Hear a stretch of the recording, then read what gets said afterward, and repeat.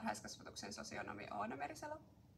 Ja minä olen varhaiskasvatuksen sosionomi Mari Tapaninen. Me ollaan tänään Keravan kirjastossa, jossa on tosi monipuolisesti kirjoja lapsille ja perheille. Täältä saa helposti lainattua kirjoja, sulla tarvii olla vaan kirjastokortti itselläsi. Ja sitten se on täysin ilmasta lainata täältä kirjoja. Täällä on paljon siis kirjallisuutta ja sitä on myös monella kielellä. Eli vaikka ette osaisi lukea tai puhua suomea kotona, niin se ei haittaa. Kirjoja löytyy myös tosi monenlaisiin elämäntilanteisiin ja eri tilanteiden käsittelyyn.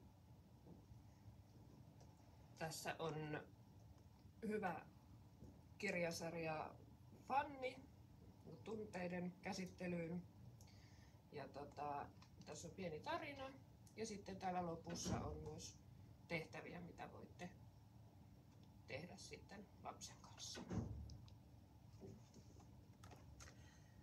Sitten suositellaan myös tällaisia kovia kirjoja, joissa siis nämä sivut on myös kovia. Ne on tarkoitettu ihan pienestä lapsista lähtien. Tässä on esimerkiksi tällainen Viiru ja Pesonen Piilasilla.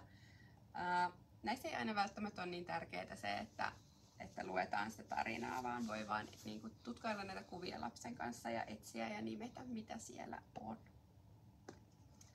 Ja tärkeintä on se, että luetaan joka päivä 15 minuuttia päivässä. 15. Se riittää.